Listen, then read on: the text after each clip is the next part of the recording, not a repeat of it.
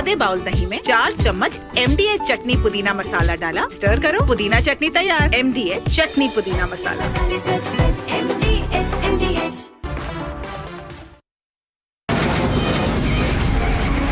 From the Republic Media Network headquarters, it's time for Arnab Goswami on the debate.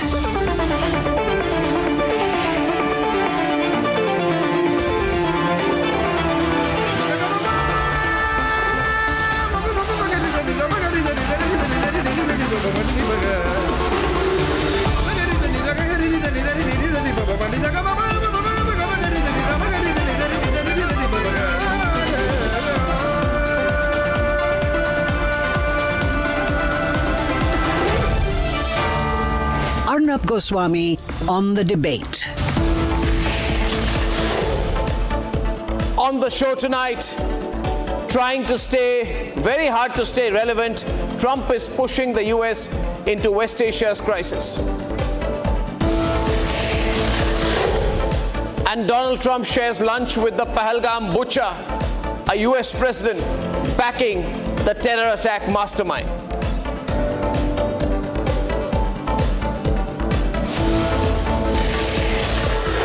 And ladies and gentlemen, right at the very start, I'd like to say that of course, we support Israel because of all that Israel has gone through.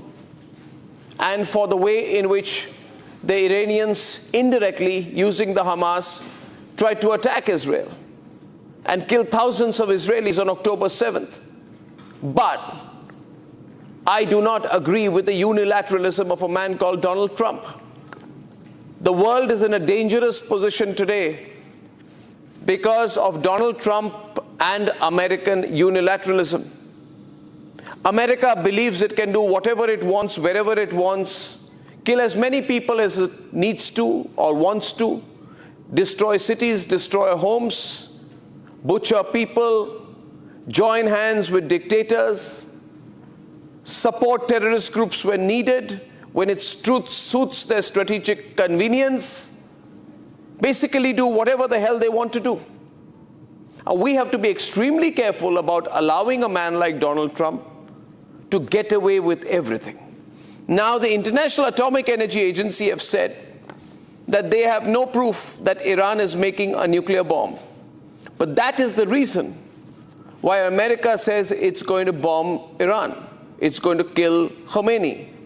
The Director General of the IAEA has said that we did not have any proof of a systematic effort to move into a nuclear weapon. Now, does that matter? I think it does. Because if you want to destroy a country, if you want to invade a country, if you want to carry out regime change, you need a better justification than that. And history proves that in 2003, when they invaded Iraq, President Bush claimed at that point of time from the US that Saddam was continuing to stockpile and manufacture weapons of mass destruction, and that Iraq was part of an international axis of evil along with Iran and North Korea. Later, the US report released in 2004 revealed that Saddam Hussein had destroyed his last weapons of mass destruction more than a decade ago, which means that 461,000 people died in Iraq from war-related causes, which were nothing but a lie, an absolute falsehood. Now, viewers, we'll have to be very, very careful. America does what it wants, and America is not India's constant friend at all. We remember when they tried to send a fleet in 1971 to stop us from liberating Bangladesh. We'll never forget that. When in December 1971, during the India-Pakistan war, they sent the 7th Fleet, led by the USS Enterprise, into the Bay of Bengal to threaten us. Now you have a man called Donald Trump in charge. Very unpredictable, very difficult to trust, impossible to believe. And by the way, who is America to do regime change whenever they want, at whichever point of time? Donald Trump's background is as a property broker. The world is not his personal property. He carried out, ladies and gentlemen, his country carried out regime change in Bangladesh. They threw out Sheikh Hasina. And today, Muhammad Yunus has taken over, the man who was felicitated by the Biden government, given the Presidential Medal of Honor in the United States, and today has destroyed Bangladesh in just a few months. So we have to be very careful about America's attempts to force regime change in different parts of the world. When different governments, different leaders do not do their bidding, that's when America says, let's change the regime. And what hypocrites they are. The same Donald Trump who said that North Korea better not make any threats to the United States, they will be met with fire and fury like the world has never seen. Later, he not only met Kim Jong-un, but even said that he had developed a very special bond with the North Korean dictator. The point I'm trying to say is, Donald Trump is a walking, talking crisis of an individual, and he will lead the world into a bigger crisis if he is not checked.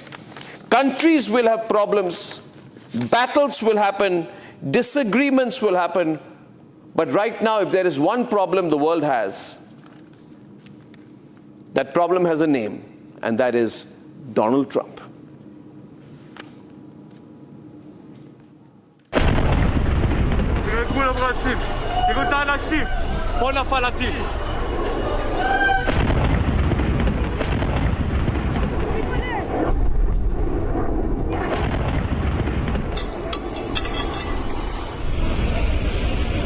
I mean, you don't know that I'm going to even do it. You don't know. I may do it. I may not do it. I mean, nobody knows what I'm going to do. I can tell you this, that Iran's got a lot of trouble, and they want to negotiate. And I said, why didn't you negotiate with me before? All this death and destruction.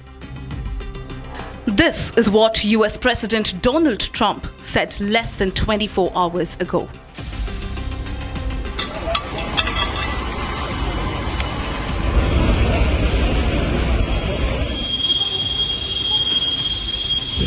Then Israel woke up to these visuals this morning.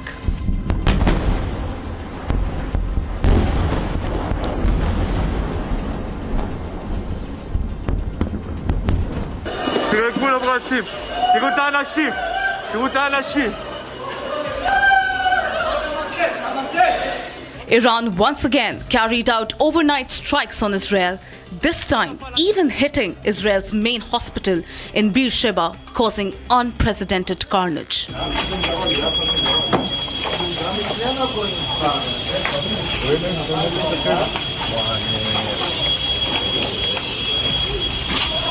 This is the Soroka Hospital in southern Israel. You could see behind me that building of the hospital was hit by a missile from Iran early Thursday morning. The top of the building is basically blown off, and you could still see smoke smoldering from the side of it hours later.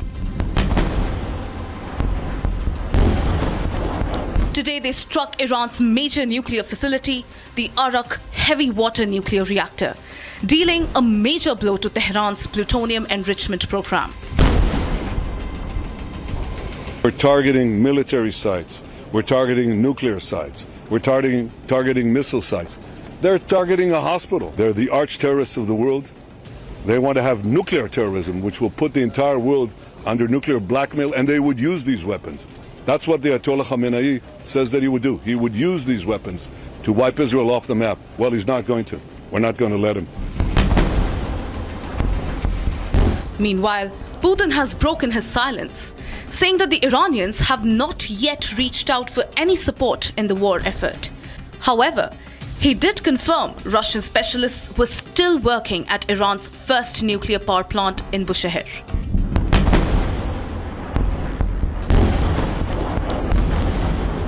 Господин Тальбе, если позволите, я надеюсь, что это будет самым правильным ответом на ваш вопрос.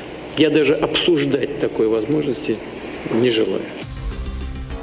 In another major development, Chinese President Xi Jinping held a telephonic conversation with Russian President Putin over war in West Asia and the possible US involvement, with both the sides calling for mediation efforts.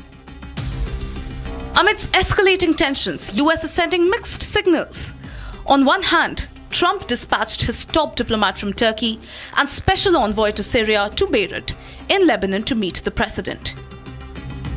US Navy has dispatched USS Gerald R. Ford, US's biggest and world's most modern aircraft carrier, to Europe, bringing in a third carrier closer to the Middle East.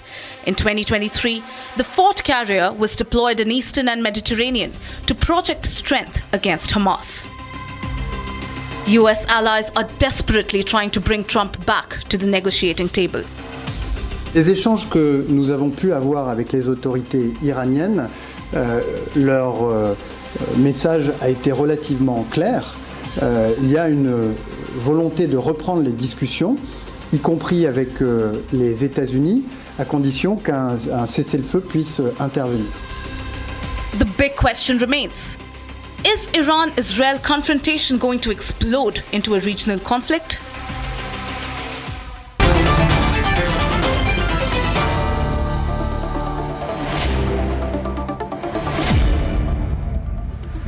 Now we have two voices from Israel tonight. We have Neta Bar, she's the foreign desk editor at the newspaper called Israel Hayon, joining us from Tel Aviv. Neta, thank you very much for joining us, Neta. And that's Ariala Rosenthal, Director of International Relations at the Ashdod Municipality, live from Ashdod in Israel. Well, nice to have you with us, Ariala. We have Tatiana with us. We all know her very well known face, senior journalist from Moscow. Thank you so much, Tatiana. Matt Klink is pro-Trump. He's a Republican strategist, live from the United States. Thank you, Matt. We have Democratic leader Ajay Jain Bhutoria. He's anti-Trump. He's joining us. He's former advisor to President Biden, joining us from California. We have Professor Asif Ramiz Daudi. He's a Middle East expert and faculty member of the King Abdul Aziz University, and he's joining us from Patna. Thank you, Professor Asif. I hope you can hear me. And we have Syed Babar Ashraf Kechauchvi, who is totally pro-Iran and pro-Ayatollah Khamenei, and he's the Secretary General of the All India Mohammadi Mission. So we have different points of view. We had a statement, Tatiana, and I want to start with you. The statement is from the International Atomic Energy Agency, which says that there is absolutely no proof that Iran is systematically making an effort to move into a nuclear weapon. This is a very important statement by its Director General Grossi. What implication do you think it will have at this time of the conflict? I think, Arnab, that we need to understand that within the Israeli-Iran conflict, and this generally the conflict, not just this escalation, we need to understand that, as President Putin clearly said today, that it will be down to Tel Aviv and Tehran. I don't believe that any statement by Mr. Grossi at this point will make any difference whatsoever, because first of all, Israel has already carried out the attack, and Tehran has already responded, and now we're in the repercussions of this. Anything that is said by the International Atomic Energy will be countered, and I do believe that, we all know that Mossad, for being quite thorough in their investigations and in their operations. So I do believe that anything that Mr. Grossi says will be countered from Tel Aviv and from Prime Minister Netanyahu's administration with counterproof. Okay, now let me take that to the others.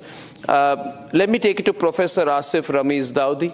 You see, the fundamental premise why America says that it will flatten Tehran is because they are saying Iran cannot have a nuclear weapon. Now, if this statement has come from the IAEA that they have no proof that Iran is making a nuclear bomb, what impact will that have?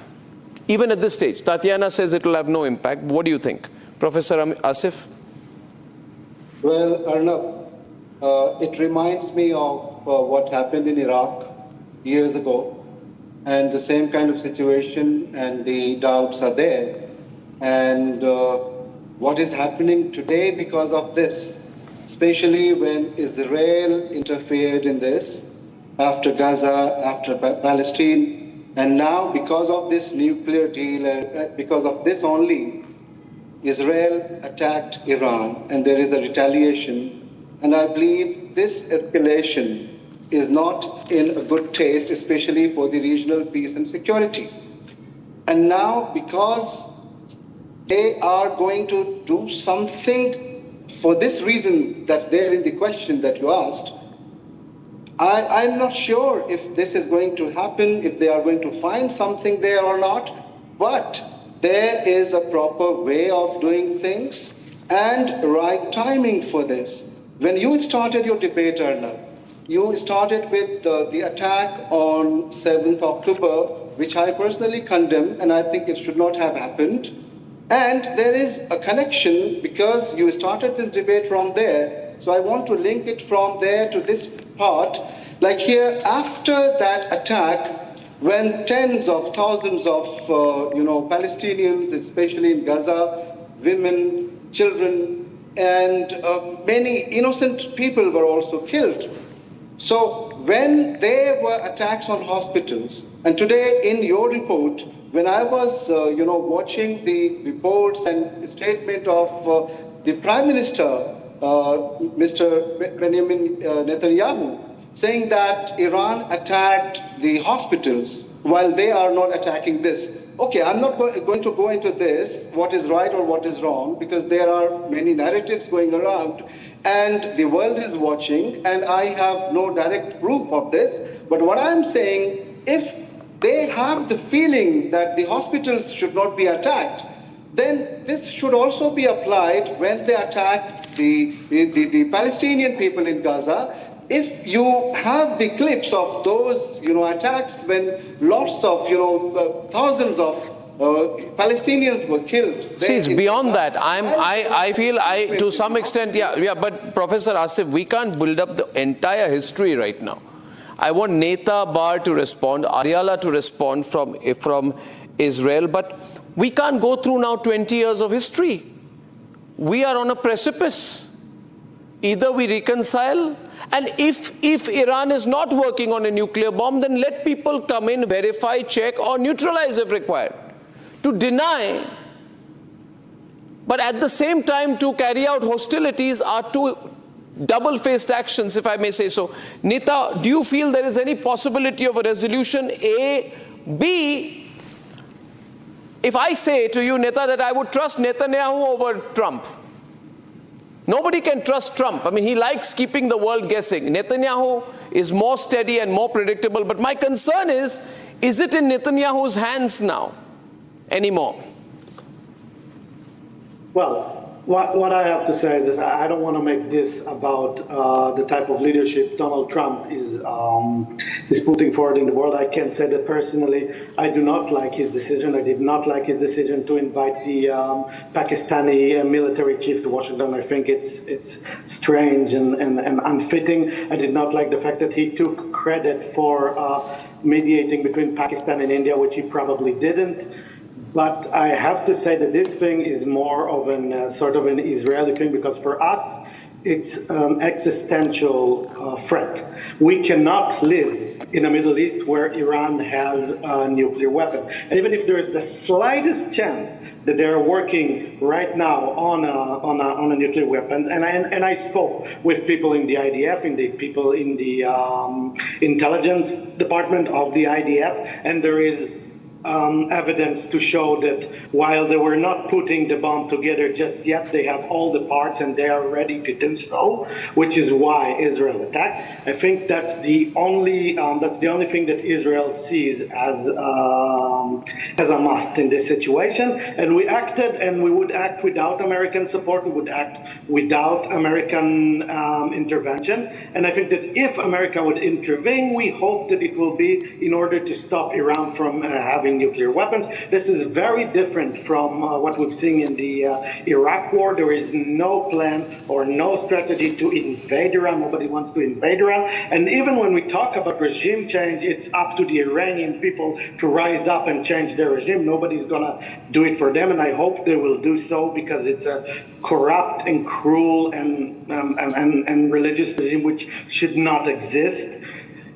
But saying that nobody is talking about invasion of Iran, and the only goal in Israel's perspective is destroying Iran's nuclear program.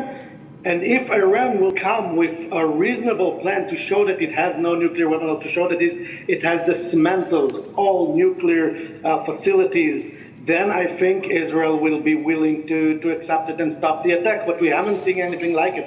Donald Trump gave them a lot of time for talks, and they had a proposition, an American proposition, which could have enforced a situation in which it will be proven beyond reasonable doubt that they don't have nuclear weapons, which they rejected vehemently and counter. No, but again, I get that. Nita, see, we're dealing with a man called Donald Trump. I mean, the whole world has problems with him. Even his supporters have in different degrees.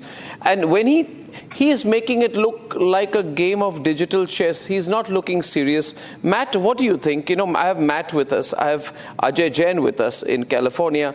When he says, I'm not looking at a ceasefire, Matt, I'm looking at better than a ceasefire. Anything that is not a ceasefire is continued bloodshed. What does it mean? Does it mean occupation? Does it mean regime change? What do you think he means? If we know anything about Mr. Donald Trump, which is, again, I told you, I dislike his foreign policy. If we learned anything about it, that he is not willing and he does not have the support to pay a large price in either American blood or American money. If you go for anything that is that's it, Nita. It will be probably let me throw that same question to Matt. Matt, what do you think? Thank you for allowing me to get a word in here. Look, I think that Donald Trump right now, I know that I can tell you're a real big fan of the president. I know that Donald Trump at this point has thoroughly supported Israel in its efforts to denuclearize Iran. Israel has been very, very successful. Donald Trump is weighing plans of whether America would get involved to take out these centrifuges at the Fordo enrichment facility. However, he hasn't made up his mind yet, and I know it might be frustrating, but it would be stupid for Donald Trump to outline his plans for the world's news media, which ultimately would get telegraphed back to the mullahs. I can tell you, though, a couple things are true, and, well, again, your hatred of President Trump, it can't overtake the fact that Iran is the greatest source of terror in the world. They promote instability in the Middle East. October 7 was largely driven by Iran proxies, and the fact that Iran sat at a negotiating table for 60 days and was anything but serious, and on day 61, Israel went on the offensive against Iran. Bravo for Israel for making the world a safer place. And that being said, America does not have the tolerance for regime change. Donald Trump has been very, very vocal on that. And I agree with the previous speaker who said that it's on the Iranian people to realize that the theocratic government in Iran, if they want to have regime change, they need to make it happen, but it's not going to be American boots on the ground. Yeah, see, no, Matt, I don't hate anyone. I find Donald Trump amusing, which is a different sentiment from hate. Everyone finds him amusing. You also, I'm sure, find him amusing. He's a great source of entertainment. But I'm only saying historically here that in the past, see, we must never undermine the other side. Even Tatiana would agree with me that even Putin should... the other side? Now let me explain to you what the other side is. Let me explain to you. See, Americans should not be arrogant. Americans cannot afford to be arrogant. See, what happened to the Bush administration? Let me take you historically back a little bit into American history. Oh, I know my history probably better. Then let me know. I'm sure you think you do. I'm sure you think you do, and nobody can stop you from thinking that way. But let me tell you a few things. You see, the Bush administration had described the Iraq invasion as a cakewalk, expecting a very quick triumph within 24 hours. Okay, now Trump's rhetoric suggests a similar confidence, okay, with talks of quote-unquote swift deployment. Now, in the war that followed, 8 years and 9 months of combat operations, 4,400 American soldiers died, 32,000 soldiers were wounded, and 100,000 Iraqi civilians had died by 2011. The US at that point of time conservatively spent $3 trillion at the war. Right? At the peak of the war, 170,000 US troops were deployed in Iraq. Today, you have 40,000 around the Middle East. Okay? And Pentagon reported 34,000 insurgent attacks in 2005 alone. The point I'm trying to make is this, that Trump came on a promise of no war and peace. I am sure at some level, the American people, given the various challenges in America, and Trump himself, will have to reconcile himself to the possibility that things can get stretched. Things can get stretched. Please? So Ariella, you want to get in on that? Go on. Yes, I want to say a couple of things that I'm listening here in the debate. First of all, for decades, Iran has conducted clandestine acts of hostility against Israel in every possible domain, if it's by land, air, and cyberspace, and more. And also, it has, of course, wielded Iran's proxy network of terrorists and armed groups like the Hezbollah, the Houthis, and the Hamas. So for us, for the state of Israel, this is actually a war for the existence of the state of Israel. Unlike other countries in the Middle East and in the world, this is a real threat on the people of Israel and on the state of Israel. So with all my favor to all the other countries around the world, and of course to America, that is our closest ally, but Israel at the end has to do what it has to do. It has to cut the head of the snake. And as we did this unique and outraging operation, at the end, it's for us that will deal with the Iranian regime. And Ariella, you have absolutely a right to do that, and you know very well that there is no greater supporter of Israel's right to fight back than me, and I've done many hundreds of programs on this. My position on terrorism is absolutely clear. I am just wondering, it's curiosity in my mind, whether the Americans know what they may be getting into, because no complications and no disrespect here, 622 days since the war, 53 hostages are still there with the Hamas. In today's world, I think Trump may be wrong in assuming there is anything like a short war. If after Iraq, after Vietnam, after Afghanistan, if America still thinks there's something called a short war, they've got their history wrong. So there is a, and I don't think the American people will stand there solidly behind Trump. He may want this for the midterms which are coming in. Right? What do you think, Ajay Jain from California? What do you think? Absolutely, Arnab. I agree that Trump was voted into power for bringing peace, and he said he promised he will end the Ukraine war, and war with Gaza he completely failed, and 60% of Americans do not support the US getting into war with Iran at this point of time. As you said, we have to learn from the history. The getting into Iran and Afghanistan war cost us $6 trillion, 7,000 US troops, and repeating this mistake in Iran is reckless. Americans want jobs and healthcare, and he has failed in trade deals. And Said Babar. He's saying that he's going into war because Iran is supporting one of the biggest sponsors of terrorism, which it is, and I strongly support Israel. But at the same time, he's hosting on the same day Pakistan, Asif Munir, who is another biggest sponsor of terrorism, into a White House lunch. So how does that work? I mean, he's failing his foreign policy, completely, destroying his relationship with one of the strongest partner, India, which is it needs to counterbalance China by siding with the terrorist country Pakistan, and there's no clear interest for U.S. to get involved in this war. Iran does not pose direct threat to U.S. soil. By getting into the war, it will create a situation where all the U.S. 40,000 plus U.S. Soldiers which are I'm also concerned. I'm also curious to know what Russia and China will do. I would be concerned to see what they do, Tatiana. Today, the Russian Foreign Ministry has told Israel to stop attacks on a nuclear plant where Russian specialists work. Russia works closely on nuclear plants in Iran. Is Russia and China just going to sit there and do nothing? Absolutely nothing. Right? As this escalates. Tatiana, what do you think? Yes. The president has already said that he's in contact with both Tehran and Tel Aviv. He's in contact with Prime Minister Netanyahu. And I believe, especially judging from the massive rallies against Netanyahu back when he was just elected, with the laws that he tried to pass, and passed actually, that Israeli people know that it's quite a close connection. So I do believe there is information that is being exchanged there. But let's please come back slightly to reality about Donald Trump engaging in a war on Iranian soil. Again, this conflict is and will be down to Tehran and Tel Aviv. In the past decade, the US, even in Ukraine, which you rightly mentioned, it doesn't act directly, it acts through proxies. It will never go into actual war on Iranian soil. I don't believe that's we've heard Donald Trump make all sorts of statements.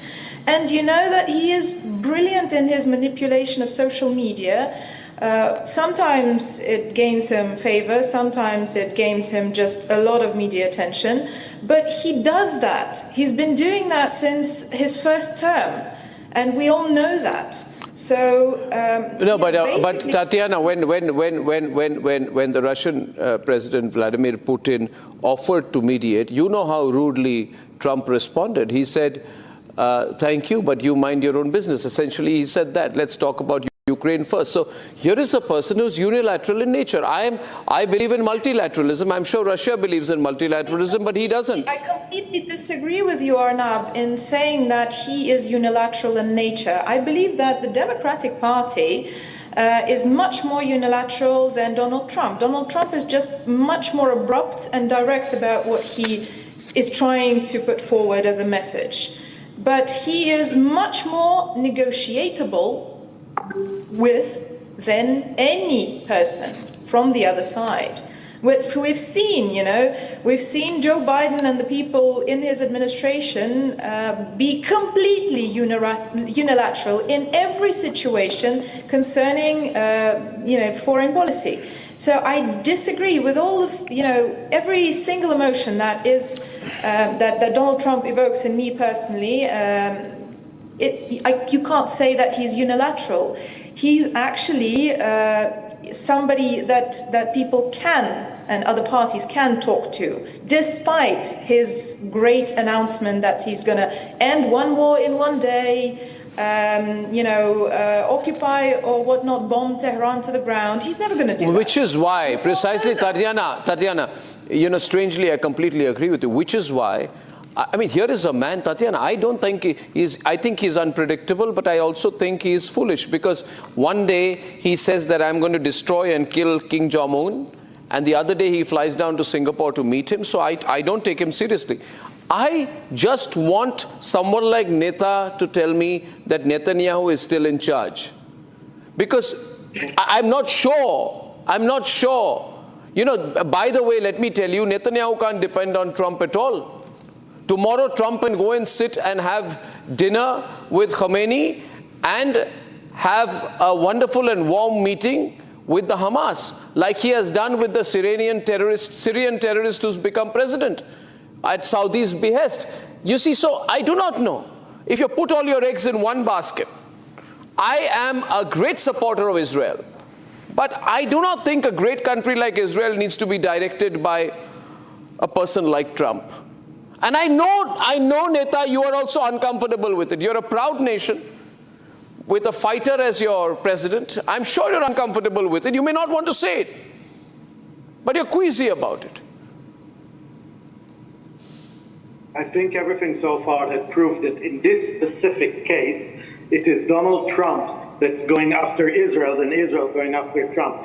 Donald Trump actually took credit for actions Israel has already committed during the war, like defending its airspace, like destroying the air defense in Iran, saying we destroyed the Iranian air defense. He spots a victory, then he wants to be part of it. There's no much more to it than that. And for Israel, the moment Iranian missiles are no longer a threat, then this thing is over. I mean, the moment the nuclear program of Iran is no longer a threat to Israel, Israel has no further interest in this situation. Iranian proxies are mostly dealt with as far as Israel sees it.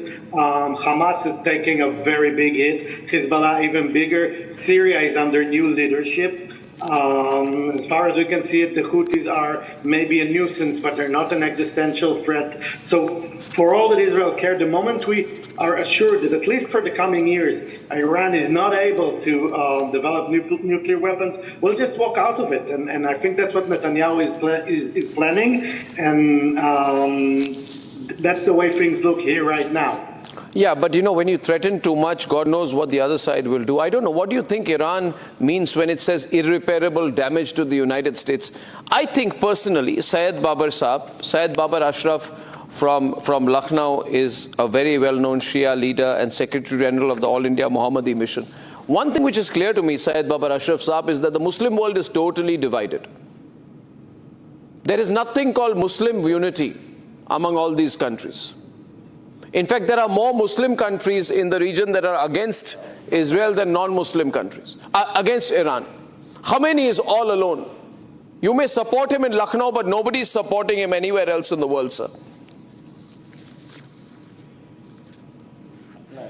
First, Arnab, I'm not Shia, I'm Sufi. Sorry, Sufi, sorry. But to start, right, I'm from Sunni Ahl Sunnat wal Jamaa. Arnab, you see the perspective basically, and you will find that Iran is facing sanctions since 1979. 8 crore and odd Iranians are suffering because of those sanctions, which are basically imposed by the civilized world that is called Western powers, and which includes US and Israel. And nobody till now into the last 46 years has raised that yes, Iran should be in a position to do the trade, to develop their nation, and they should be allowed. At one part, you see, Arnab, that Israel is non-signatory to the nuclear non-proliferation treaty and possessor of nuclear weapons. And at another,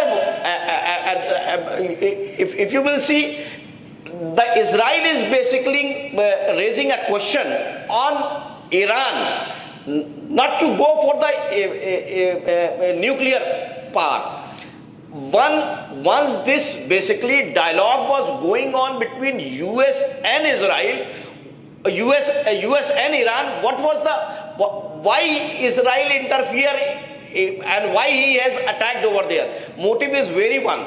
This Israel and US nexus and the Western powers are assisting them mainly to grab the power and to usurp the resources which is lying in the Arab world. And you are talking why there is basically conflict between Iran and Arabian countries. This is very much clear. Iran was never an ally of US and Western powers. While this Saudi Arab, Jordan and other nations are basically created by these Western powers. And they are simply a puppet. There is a pact between Saudi Arab, Qatar and other nations, that energy and security pact, and they were not allowed to develop militarily. Sir, you have been funded. Sir, the Iranians are playing victim now. I'm not sure, sir. Today, your argument is that Iran is a victim. It's not. Sir, how can you claim victimhood while funding proxies like the Houthis, the Hezbollah? You see, Arnab, one thing. 1 minute. It's on. Ariella is responding from Israel. Ariella. 7 years. Yeah, go on. Ariella is responding from Israel. Two views of it. Just 1 minute. Ashraf Saab, let Ariella respond to you. Two on the screen. They never have posed a threat to any nation. Given money to kill. You may not be able to provide a single example in which you can say Iran ever has posed a threat. Okay, Ariana, louder. To any neighboring countries. Ariella, louder, down to the other. Yeah. Manufactured by your country that have killed my people on the 7th of October and for over the years by all the weapons and funds and missiles and training and guidance, except of taking all the money and the donations to the people, for example, the Hamas, and give them for a better future of their people, not buying money to enhance in tunnels, to find weapons, to kill people. I'm very sorry, this is unacceptable. Instead of enriching in education and free world values and giving the people a better future, Iran chose to nurture the Hamas, the Houthis, and the Hezbollah, and go against freedom and values of goodwill and better beneficiary for all. This is unacceptable. So don't come today and ask why Israel has launched such an operation, not only, of course, for the elimination of all the nuclear weapons, but hopefully will show the Iranian people that they have a better option, and it's for them from bottom up. But again, you mentioned this nuclear weapon angle. Now, here's a question to Matt, who's back, by the way. Matt. Yes. Matt, I just again want to go back into history without irritating you, but the fact is that in 2003, I find a historical precedent that Bush and his administration sidelined all the intelligence questioning Iraq's WMD capabilities. Likewise, Trump has dismissed all the assessments from his director of national intelligence, his own director of national intelligence, Tulsi Gabbard, who testified as recently as March 2025 that Iran is not building a nuclear weapon. So who does one believe, Tulsi Gabbard or Trump? Who is more believable? Okay, well, Tulsi Gabbard has subsequently walked that back. A March assessment was done by the Biden administration, which was very, very weak on Iran and gave them, hundreds of billions of dollars, which ironically enough allowed the Iranians to fund terror while continuing to build out their nuclear program. So look, you're making this connection that doesn't exist between Donald Trump and George W. Bush. They approached the world. George W. Bush was a neocon. Donald Trump is anything but. And I think that's why the Americans to date have not done anything offensively with Iran. Now, they may choose to do so, but they may not to choose so. So you can, look, we can go back in history as far back as the early 1950s if you want with America's involvement with Iran. But the bottom line is that since the mullahs took over the government in the early 1980s, Iran has been the largest source of global terror around the world. Any country that says that the nation of Israel does not have a right to exist and talks about exterminating Jews writ large, that's not normal. And that vocabulary should never be normalized. And anybody who says that Iran is a good actor, But Matt, today Donald Trump yesterday had lunch with the man who gave refuge to Osama bin Laden. How much are you going to tolerate? A simple meeting. Well, look, we've been meeting with Iran too. Not Iran. You sat with the Pakistani field marshal who was the local guardian for Osama bin Laden in Abbottabad in Pakistan. a meeting. So then, following your logic, America would be siding with Iran for meeting with Iran for 60 days. That just makes zero sense. No, I mean, the fact that they had a meeting is simply that. It's just a meeting. America has been much strongly more aligned with India since the start of the second Trump administration, and simply holding a meeting. Ajay, what do you think? Is that insecure about the U.S. relationship? Boy, you guys need to get some backbone. Thank you, Matt. Trump has completely destroyed U.S.-India relationship single-handedly. Most of the large percent of the Indian Americans voted for Trump this time just because they thought that U.S.-India relationship will grow. But each of them are coming back and saying, "Oh, we made a mistake." And what is happening is that equating a global power, India, with a regional terrorist power, regional terrorist sponsor, Pakistan, and Trump is doing that equation in like 30 speeches he has made around that shamelessly, that he brought U.S.-India war to conclude by trying for a Nobel Peace Prize. That's a shame. I mean, I have a next discussion on that, so I won't take time on this one on it.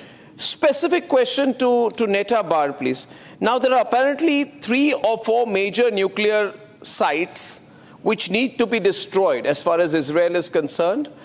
And you have the names, I'm sure I do. One is Natanz, right? But the big one, which is 100 meters under the ground, Fordo, right? There's Isfahan, there's Natanz, and there is Fordo. Am I right? These are the 3 names. Now, is it true that Israel does not have the technology to go deep and destroy Fordo, and that is where you need American help? Yes, the point of needing an American help on this is not in order to do it. Israel, if it puts its mind to it, can do it in a series of very complicated moves. It has plans already, and it will commit it if American aid won't come. But the United States have the ability to do it quickly, which is something Israel prefers, in order to finish this operation as quickly as possible and finish this this engagement with Iran. Tatiana, will it end with that? Will everyone else just let America do it and pull back? I don't think that right now this would be the outcome. I don't think that the US is going to go in and just bomb those factories. We'll need to wait and see, but I do believe that would be America taking any kind of action. Israel and Iran have been at their throats for many years. I know that as much as my Israeli colleagues.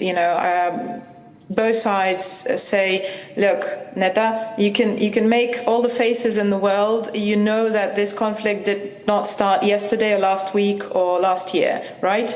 So this is going to be this conflict. America stepping in directly and bombing anything actually in Tehran would be a whole other different story. It's just like, London launching missiles on Moscow. That would be a whole different story. Yeah. That's a whole lot bigger of a conflict, and I don't believe that Donald Trump is going for it anytime soon. Yeah. Well, as they say, I mean, with Donald Trump, I always feel his bark is louder than his bite, more effective or not, I don't know. But thank you, ladies and gentlemen, for joining me on that feisty conversation. We have a more feisty conversation coming up on what we here in India think about Trump having lunch with the butcher of Pahalgam when I'm back. Time for a quick breather. Arnab will be right back. ये है secret recipe MDH का जीरा SIP जल जीरा मसाला. Sip, sip, jeera, sip, MDH.